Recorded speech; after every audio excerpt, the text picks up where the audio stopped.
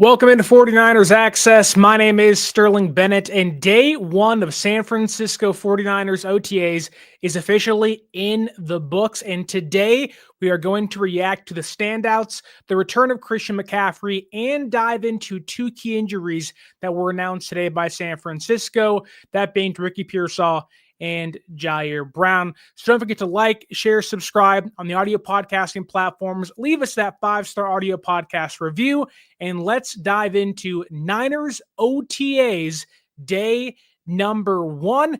And it's really important to point out that OTAs, where there's no pads, you can't get physical, it's really hard to have winners and losers. It's really hard to make a true assessment of the day without having these players playing at one, full capacity, two, not being able to get physical, and three, a lot of those guys were not out on the field. And that's where I want to begin the talk today, because there were a lot of absences on day number one of OTAs. All the talk of everyone's in the building, everyone's going to be there on day one. While a lot of people were there on day one, there was a very important player not at the facility for day one of OTAs, and that is Trent Williams.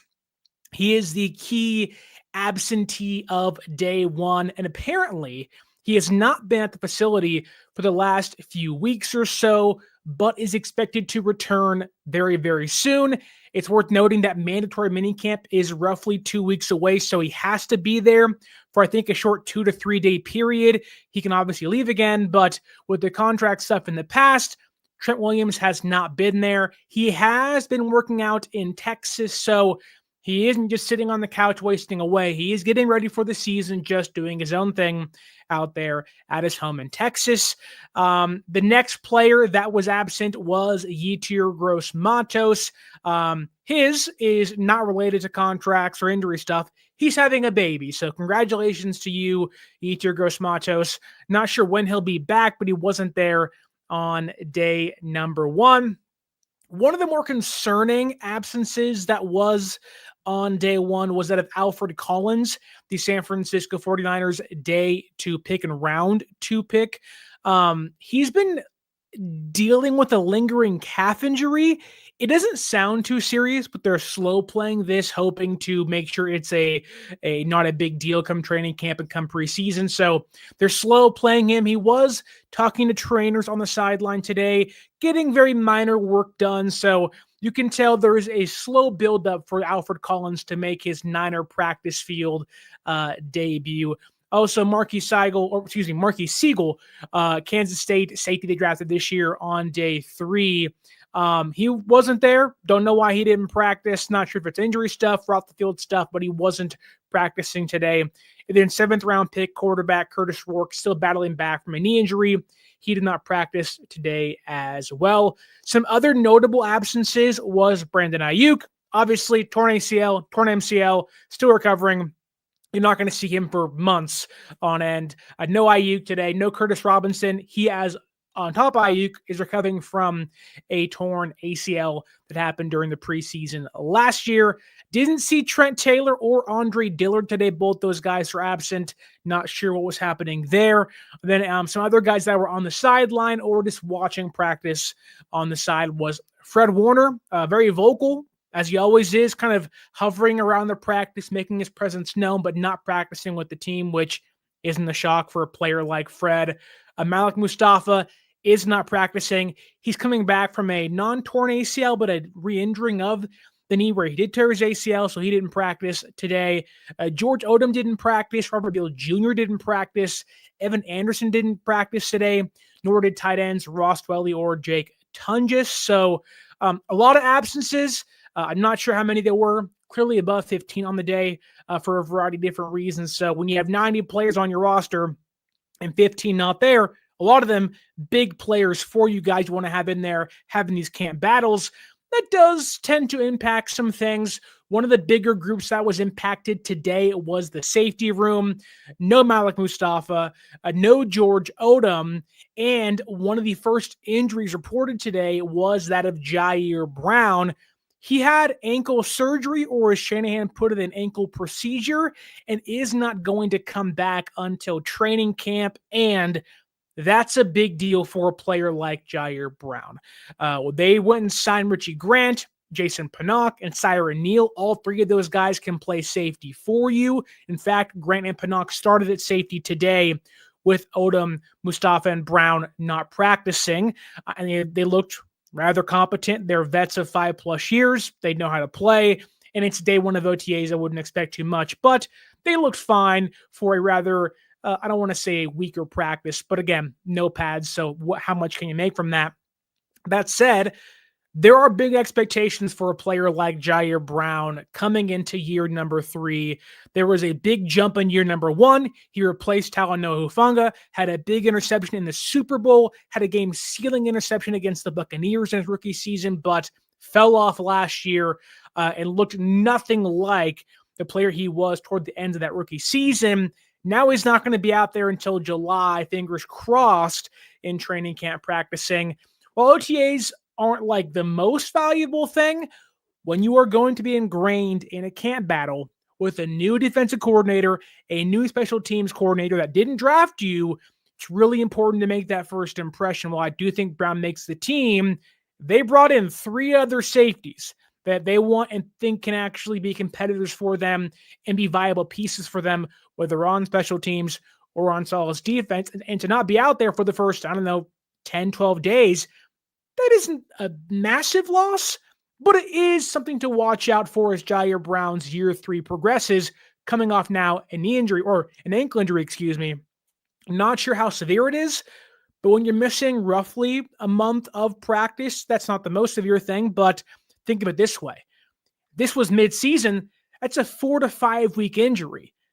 That's, again, not like a torn issue or a broken foot issue, but that's a pretty serious injury to miss time for. So you're hoping Ji'Ayir Brown's okay.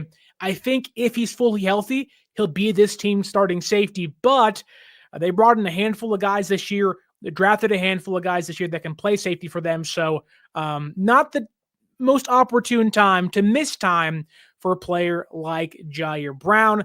The other injury news, arguably a bigger injury update, was that of Ricky Pearsall. Coming into year 2, Ricky Pearsall is supposed to be the next big thing. Some out there say they think he'll replace Brandon Aiyuk in year number 2 when they maybe trade Aiyuk next offseason.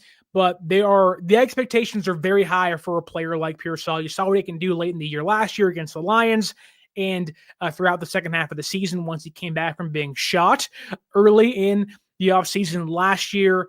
And funny enough, when he hurt his hamstring last offseason, he was working back from that when he got shot. Now, already in May during the OTA process, tweaked the hamstring again. Not sure if it's the same one or a different one, but he's not expected to return until training camp in July, just like Ji'Ayir Brown. And like Ji'Ayir Brown, in year 2 for Pearsall, where Aiyuk's not going to be out there for probably the next few months or so, maybe not until November. Demarcus Robinson may or may not be suspended.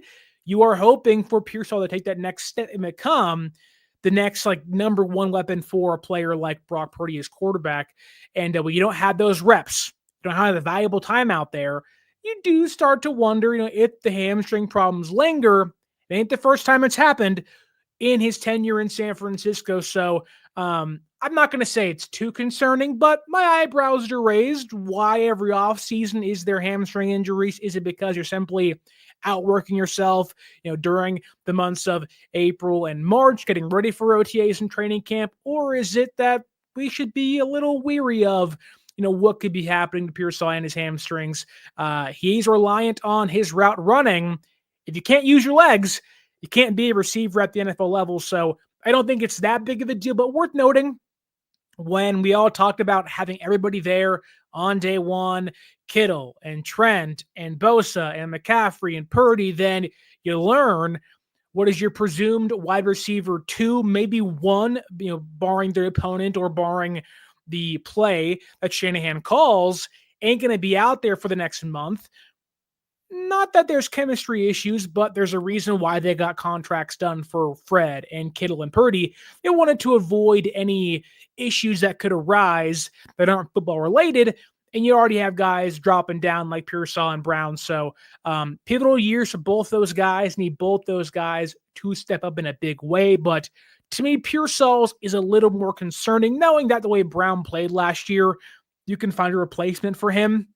But you really need Pearsall to become and show first-round traits. Showed it late last year.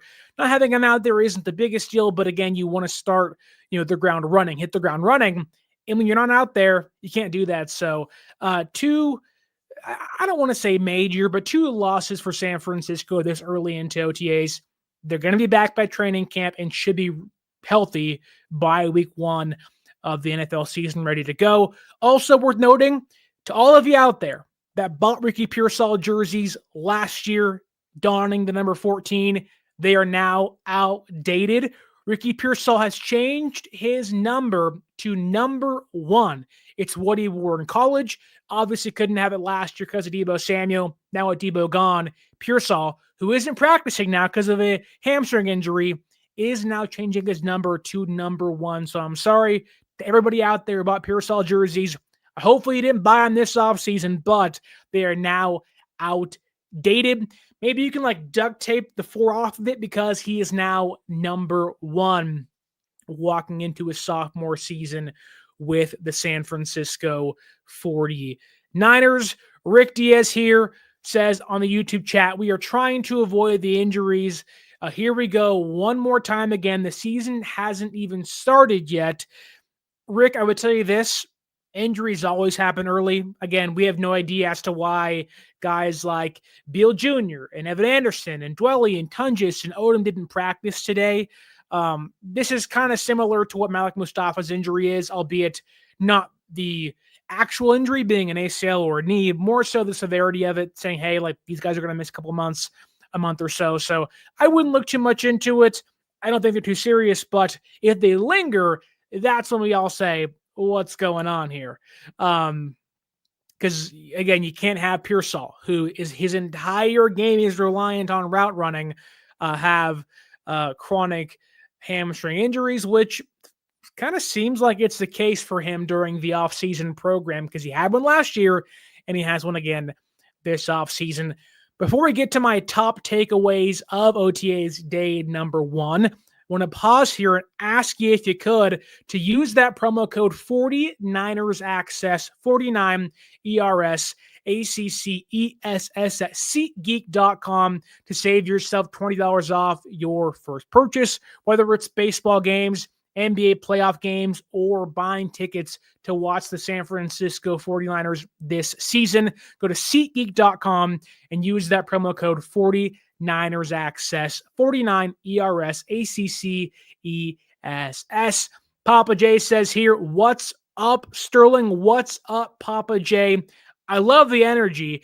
And what I love to see is my first takeaway of day 1 of OTAs, that being the return of Christian McCaffrey. San Francisco's offseason was missing something last year. In fact, they're missing a lot of things last year.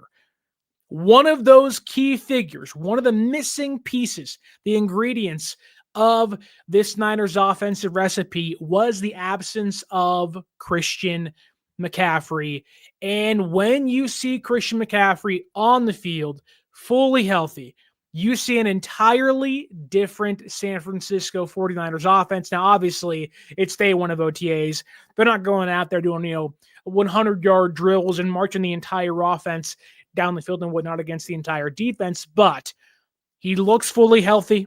He looks like the bilateral Achilles tendonitis and the PCL injury are things of the past. Now, fingers crossed it stays that way, but when you hear Christian McCaffrey's out there moving well, he looks fast, he looks quick, it just changes the entirety of the offense, what they can do. It helps with Brock Purdy and the check down stuff. You lose Deebo Samuel, who's going to replace him? You maybe have questions as to, is Aiyuk going to be out there fully healthy? Demarcus Robinson, now Ricky Pearsall. Having Christian McCaffrey fully healthy, looking fully healthy, jumping around, that's a really big improvement for San Francisco. Now, there are questions as to how long he can stay healthy for. He's an older running back now with a lot of tread on those tires. And you know Kyle Shanahan, he will run him to the ground along with Bobby Turner as the RB coach. But when you have, at least on week one, which San Francisco didn't even have the luxury of last year, of a week one healthy Christian McCaffrey, if you can get that this season, like George Kittle said, the vibes are going to be immaculate because it changes the entire offense. He was gliding out there during practice. Again, there's no contact. There's no offensive lineman in the way. So, time will tell, but there's aura. There is, you sense the presence of Christian McCaffrey on the football field, and that's from the sideline. That's from the stands. Imagine being a defensive player saying, "Oh my God, Christian McCaffrey's out there. We're going to watch that guy on every single play." It just flips that switch and gives San Francisco's offense an entirely new gear. We saw it in 2022 when he got here over from the Panthers. But man, I really, I think everyone's takeaway from watching practice today was Christian McCaffrey looks like he's good to go. And that changes everything.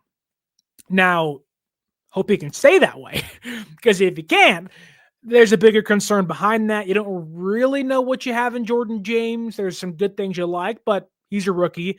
You like Renardo, but he has his own injury concerns as well. And you like Patrick Taylor Jr. and Corey Kiner, but man, I think just watching Christian McCaffrey today, sitting back like, wow. If that guy's out there, there is going to be like, we are going to leave 2024 in the past. San Francisco lost like 7-1 score games last year. Now, a good kicker could fix that for them, and so could it improve defense and special teams. But I tell you this, you give Brock Purdy and Kyle Shanahan, Christian McCaffrey, those losses turns into wins really quickly, and you're going to have this team back in the playoffs. Now, again, it's day one. Don't want to go crazy here. Don't want to overhype things, but Christian McCaffrey looked really, really good running in shorts and no pads against no defense today for the San Francisco 49ers. Let's see what we have here. Fish and Chips says, if Shanahan doesn't coach CMC to take less reps, he'll be gone before halfway of the season. I think a lot of that rests on Bobby Turner. Now, CMC's never going to pull himself out of the football game.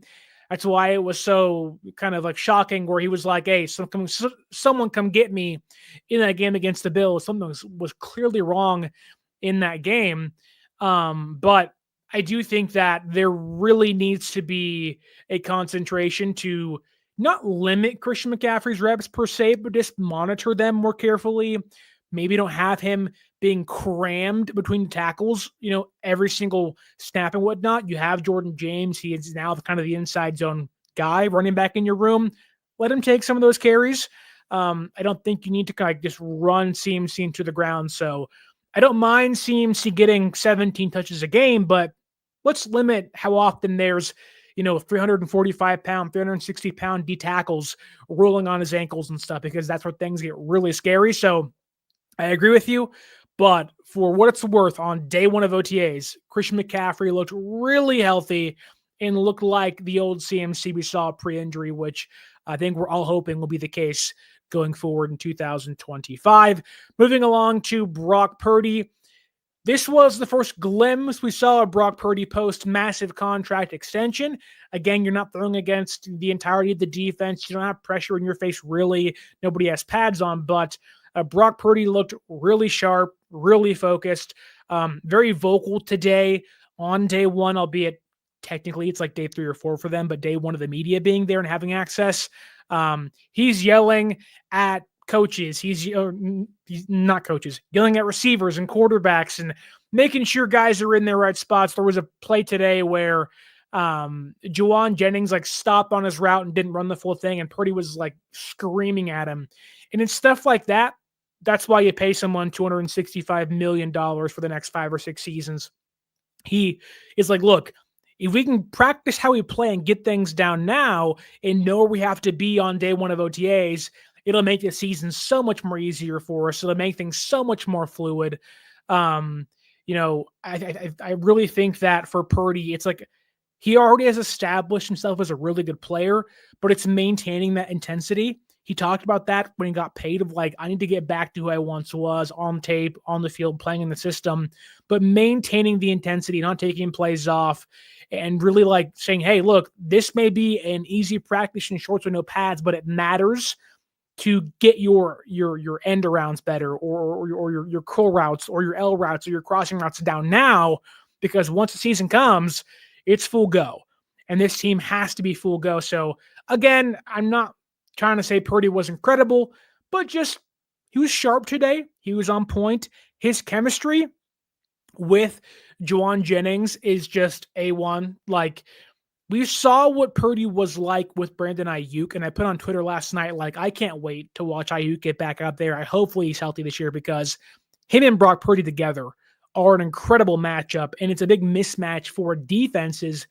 That same thing, although Jennings is not the route runner or the receiver Brandon Aiyuk is, he's a mismatch for most defenses, especially with Brock Purdy throwing in the football. Now, I do think that Jennings can play in any single offense. His skill set translates to 31 other teams in the NFL, but he's so important to have. Bigger body guy, mismatch for smaller slot cornerbacks.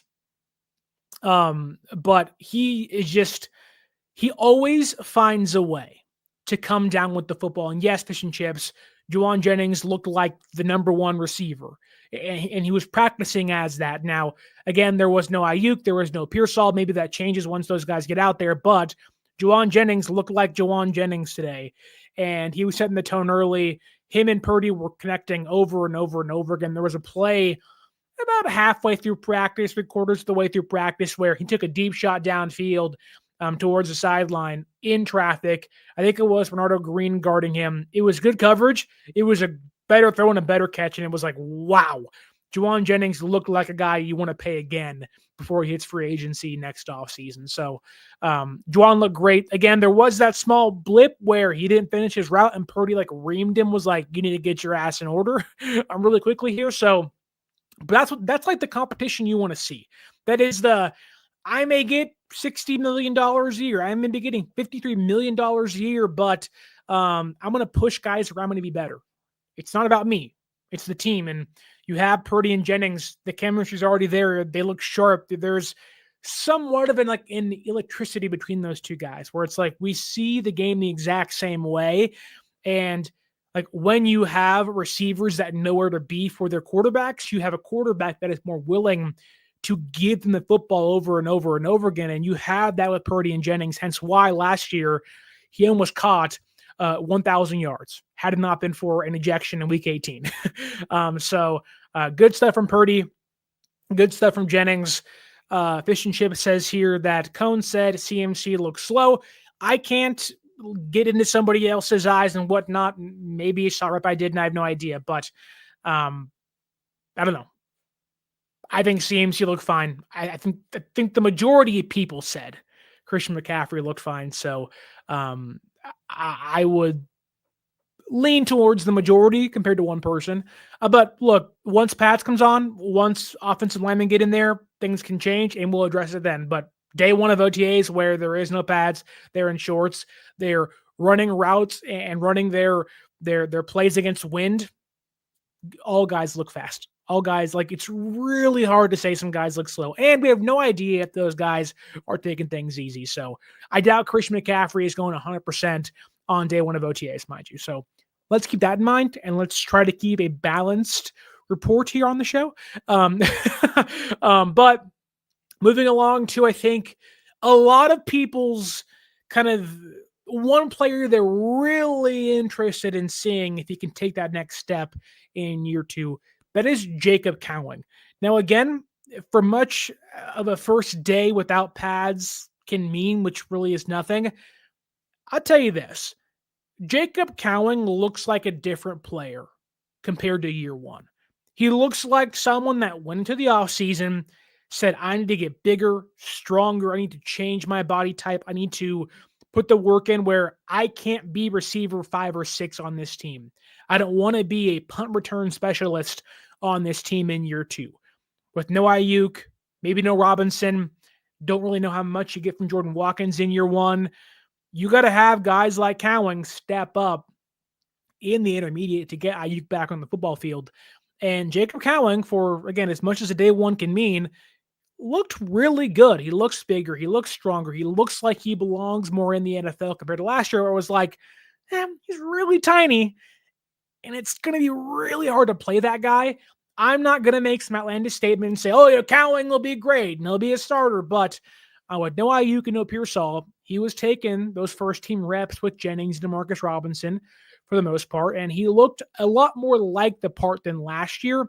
Obviously, I want to see him in training camp with pads on and during preseason because that'll kind of dictate where things go. But for a very, very, very easy day one for the Niners in practice, Jacob Cowing is somebody that I'm keeping my eye on. I walked into the draft being like, look, I don't know how well he plays and what he'll look like, but I talked about in a previous show of like, you got to have those gadget guys, and Cowing can get bigger and stronger and is able to hold his blocks and play over the middle of the football field. It's a game changer for San Francisco because that speed plays at the NFL level. So I'm hoping that what we saw on day one can translate to day two, day three, training camp, and preseason, and hopefully to the actual regular season, because Cowing can be a really important piece to this team, albeit receiver 4 or 5 this year, maybe 3 if guys get hurt. But a very good day for a player like Jacob Cowing. Right place, right time, getting in and out of his routes really quickly. It just looks like a more pro-ready player in year number 2. He has put the work in, and I'm hoping that that translates to some actual football being played this season. Another guy is Jordan Watkins. He's like not supposed to play much this year, according to him. He was told he wasn't going to play much this year, but he looked pretty smooth today. Again, you're against air, you're doing one-on-ones, doesn't really do much for you. But I think, I'll use this analogy. One instance that really struck me for Danny Gray, who Watkins has been compared to a lot, right? Wide receiver, kind of similar skill set to Danny Gray. Danny Gray really struggled running crossing routes. Now, his hands were bad. He couldn't catch, but really struggled running crossing routes. And Jordan Watkins, again, in day one, seemed to be taking the crossing routes in stride and doing well. Now, how much does that mean? I have no idea compared to what tomorrow will bring for this team, but I thought it was a pretty solid first day for the media to see a rookie who, in his own words, is not supposed to play this season much for the San Francisco 49ers. I think if he can master a couple things, he may not play much, but it's the right steps for a young player. Last year, talked a ton about how can you kind of find your niche role in year one, then expand on that in year 2. For Jordan Watkins, what is that niche role going to be? I'm not sure yet. I have to watch him play more, but I'm hoping that the more I see him play, you will see Jordan Watkins grow, and you will see, at least in my eyes, maybe we can pinpoint where he can play more often for this team as soon as maybe year 1. But again, Cowing, Watkins, they get thumbs up from me on day 1. And Aaron from Niners First Takes coming in hot with a $5 super chat saying, "What's up, my friend?" What's up, Aaron? How you doing, brother? He says, not worried about the injuries in May, but we'll see once training camp hits. Yes, Pearsall, Brown, everybody else who's hurt, don't worry about the injuries too much now, but once July comes around and they've had that kind of 3-weekish break, 2-week break, and guys come back and they're already banged up, if that happens, that's like a real concern. Once the pads comes on and guys go down, that's a problem too. So 1, Aaron, super chat, thank you so much, brother. But 2, it's day 1. If anybody is out there being like, oh my God, this guy's falling, it's not. It's day 1.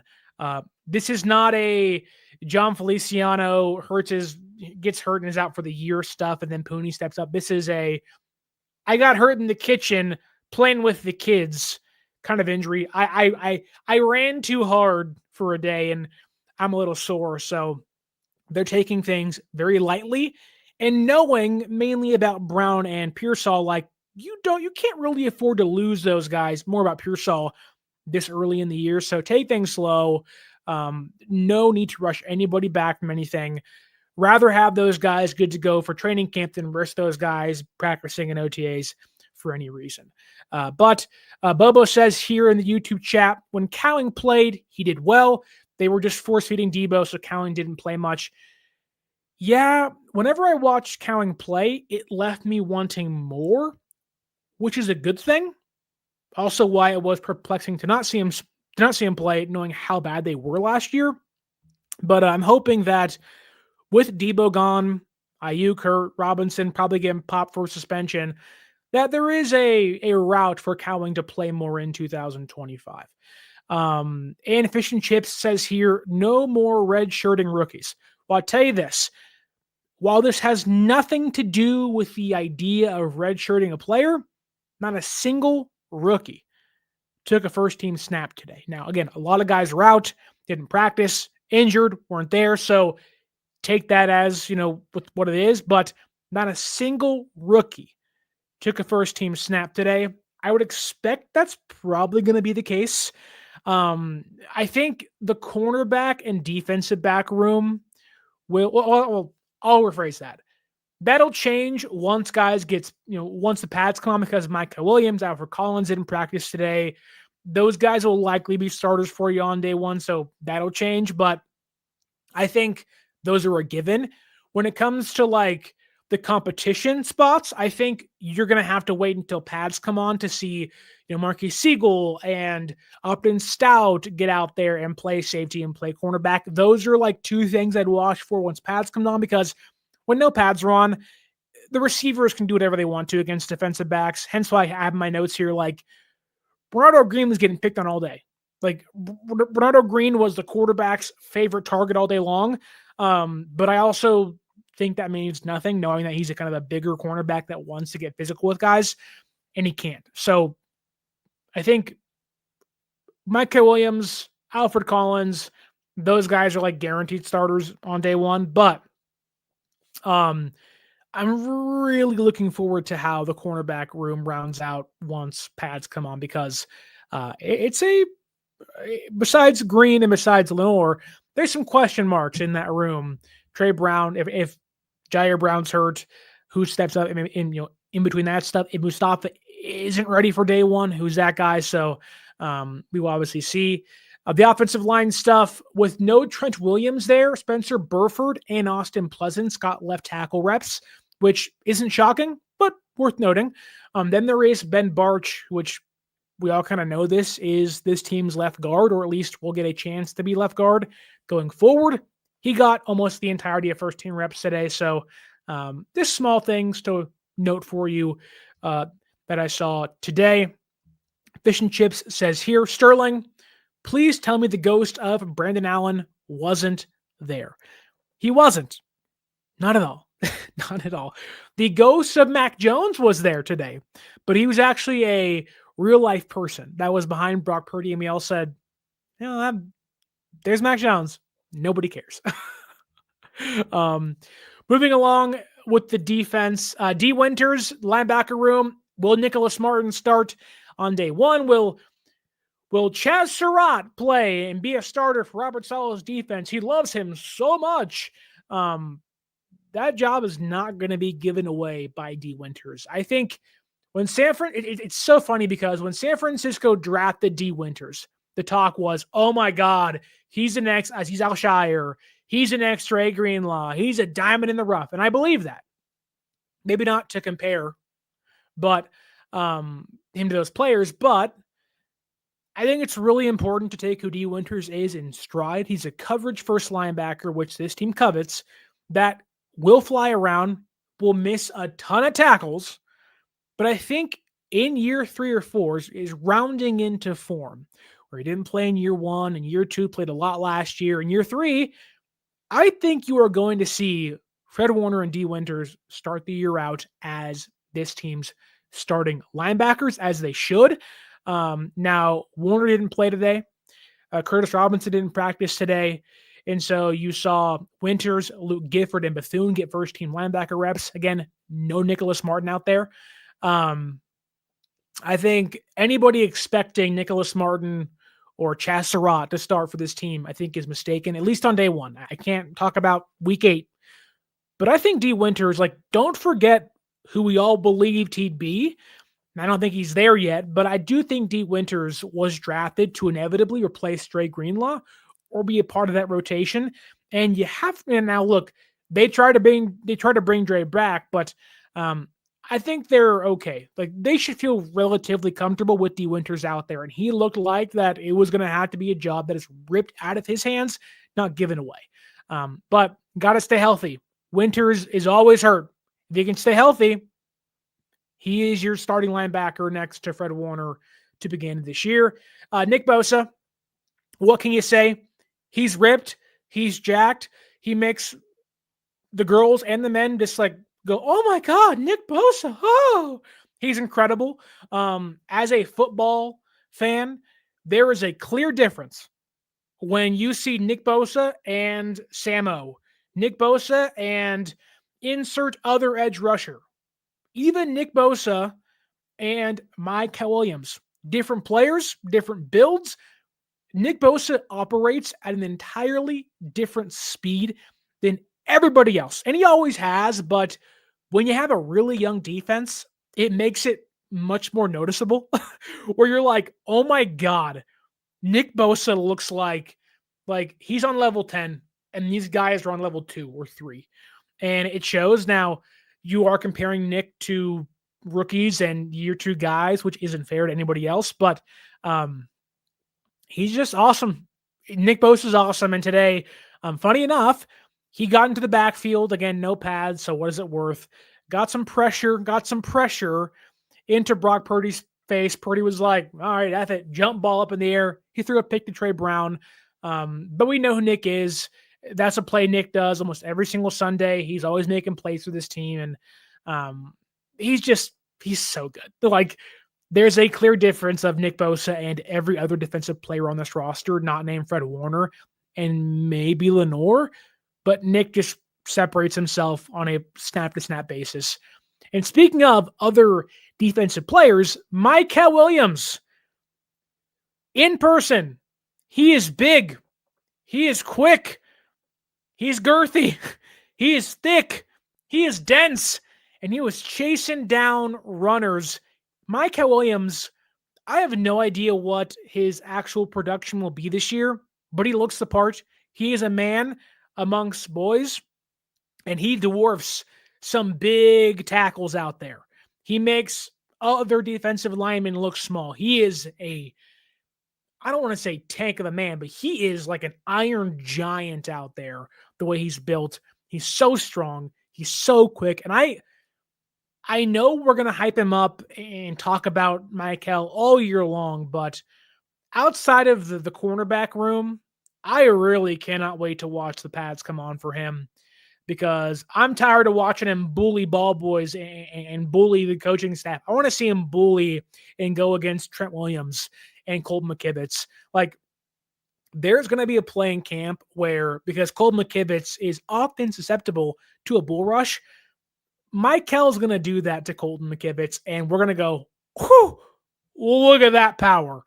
And so I can't wait to watch that. Obviously, again, you really can't take, like, the defense really gets the kind of short end of the stick without pads on, but just the optics, you're like, wow, that is a man, a very strong, big, quick man. And I want nothing to do with him if I was in those trenches because he's so darn powerful. Moving along to the secondary, starting safeties were Jason Pinnock and Richie Grant. They looked fine. I think Pinnock will be a starter in some points this year. If Mustafa isn't healthy, Pinnock is a clear day one starter. If they ever want to utilize 3 safety sets, he'll be out there. He's a playmaker, forced fumbles, interceptions. He'll be out there. Like, Pinnock will be one of the key, quote unquote, key free agents they sign on defense this year for Saleh. They gave him guaranteed money for a reason. He'll play. Whether that is as a starter next to Mustafa or starter next to Brown or mix and matching, but Pinnock will start and he'll be good for this team. Richie Grant, more of a special teams guy, but also more of that prototypical free safety. Now, he isn't just that, but he's a very good depth piece to have. Where in a room where you have Mustafa and Brown, who You love Mustafa, you like Ji'Ayir Brown. You don't really know if you want to keep George Odom, and you gave Pinnock guaranteed money. You have Siren Neal, but is he going to make the roster? You just don't know. And I think Richie Grant will play for this team, and I think he's one of those key free agents for Brant Boyer to say, hey, I'll keep 5 safeties, but he's my special teams dog. And if you have 2 of those guys, Odom and Grant, I wouldn't be shocked to watch both those dudes be kind of battling out for positioning on the depth chart, because Mustafa's making the team, Brown's making the team, Pinnock's making the team. Is it going to be Marquise Siegel? Is he going to make the team as a rookie? Who knows? I would like to think so, but you never know. Then there is Neal and Grant and Odom. So there is that kind of 3-man battle happening. I think they'll keep 2 of those guys, but there is that battle happening of who's going to be that kind of special teams ace on the back end of the secondary room. I think Grant, Odom, and Neal are going head for that job. Cornerback wise, Lenore's Lenore. That's clear as day. Trey Brown got an interception. That's pretty cool, I guess. There wasn't really much else to take away from that. And again, noting back to Renardo Green for a second, he was getting picked on all day long, but he's a physical cornerback that wants to get physical. He wants to play press coverage. He wants to get his hands on guys. And when you can't do that, you're going to look worse than you are. So I don't really think there's too much negative takeaways from a player like Renardo Green. But I think, once like OTAs to me are like, let's refine some stuff. Let's work on some stuff. Like nobody can tackle you. Nobody can touch you in these kind of periods, or not much. Like, let's try new things. It's to acclimate guys to a defense, to an offense. There really is nothing like massive to take away from OTAs. I've been there plenty of times and I'm like, yeah, whatever. Like, you cannot make much of anything. It is really a bunch of combine workouts happening. That's really what it is, with like more of that team specific stuff happening and those drills happening. So for as much as an OTA's day one can be for the media, there was a lot to take in, but not much to say of like, oh, that's going to be a definitive statement to make. So it was a good day. It was a hot day. Also a nice day out there in the Bay. And look, as Fish and Chip says here, my man crush is Nicholas Bosa. By far.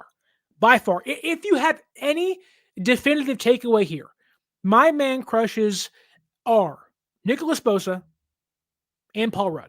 And that's it. That's all you got from me. But no, it was a good day of practice. Gray Area Sports says Mykel Williams looks like a monster out there. Yes, he does.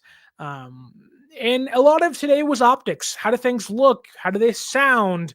And again, we're all waiting for July when those pads come on and the heat picks up.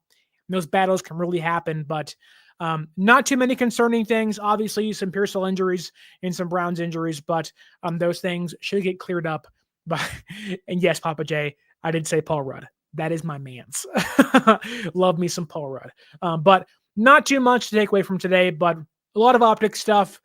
And overall, a very kind of nice reintroductory to the San Francisco 49ers in 2025, which again, if you want to watch this team play live, you have to go to SeatGeek.com and use promo code 49ers Access, 49 ERS ACCESS at SeatGeek.com and save yourself $20 off your first purchase. You can also follow us on social media at 49ers.access is the Instagram, 49ers_access is the X or Twitter. And as Fish and Chips says here, we are relying on you, Sterling, for honest coverage in camp, good or bad. And that's what I am promising you the entirety of the offseason, good or bad. You are going to get my honest assessment of what's happening out there at Levi Stadium every single day. So stay tuned on the show. Don't forget to like, share, subscribe. Give us that 5-star audio podcast review. And I want to thank Papa J, Fish and Chips, Bobo, Gray Area Sports, 49ers First Takes, and many, many more in the comments. Rick Diaz as well. Thank you all for tuning in. Like, share, subscribe. Give us that 5-star audio podcast review. And as always, until next time, my name is Sterling Bennett. This has been 49ers day one of OTA's coverage, and stay faithful.